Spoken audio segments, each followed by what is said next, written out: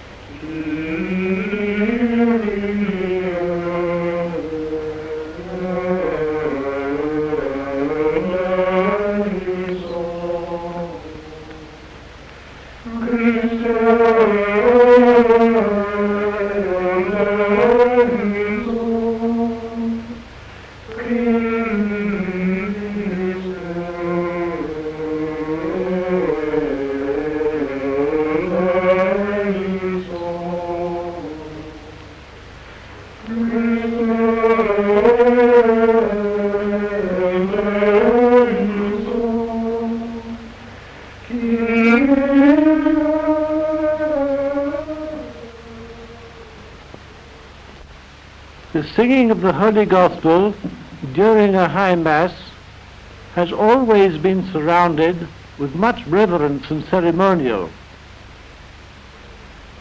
For the Gospels are the documentary evidence, our Lord's own words, announcing the redemption of the human race. The deacon of the Mass and his assistants move to the left side of the sanctuary, where he begins to sing the Gospel.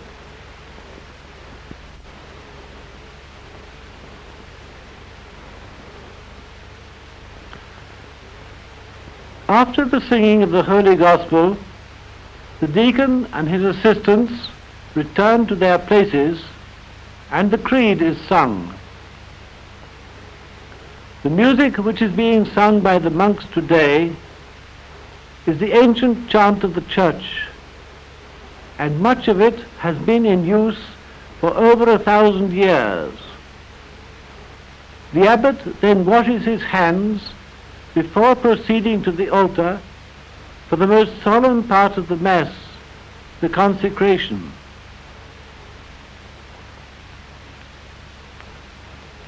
During this, the two assisting prelates kneel in worship before the altar.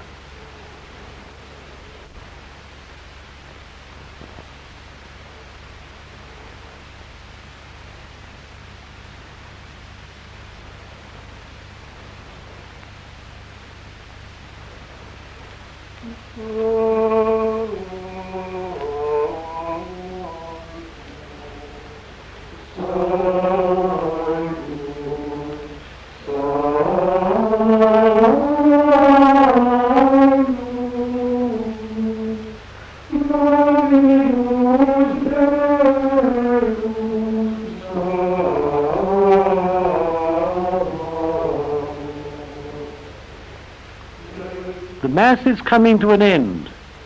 Probably never before in the history of Pluscarden has the Holy Sacrifice been offered with such splendor of worship and with such a crowded congregation.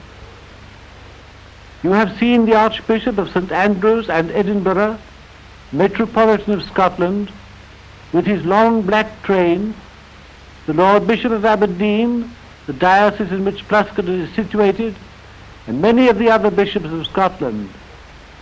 After the abbot has given his blessing, the whole congregation join in singing a Te Deum thanksgiving for this resurrection of the monastic life at Pluscarden.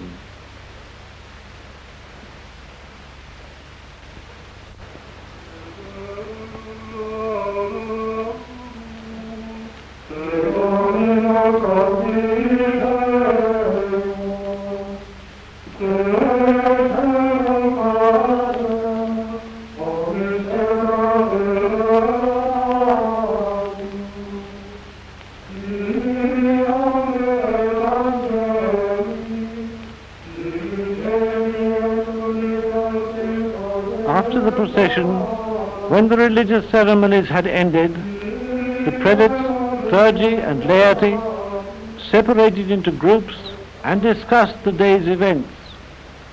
The visitors were from far and near. Among them were a group of pilgrims, the Guild of St. Margaret of Scotland from the United States of America, led by the founder of the Guild, Father Coleman, a Franciscan friar of Greymoor, New York. The members of the Guild, numbering about 20,000, are Scottish Catholics living in America.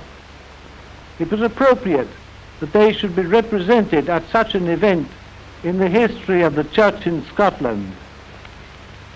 The word of the Lord came by the hand of Aggeus the prophet, saying, Speak to Zerubbabel, the governor of Judah, and to Joshua the high priest, and to the rest of the people, and say, Take courage, O Zerubbabel, courage, O Joshua, courage, all you people. Courage, do your work, for I am with you, saith the Lord of hosts. I will fill this house with glory. Great shall be the glory of this last house, more than of the first, saith the Lord of hosts. And in this place I will give peace,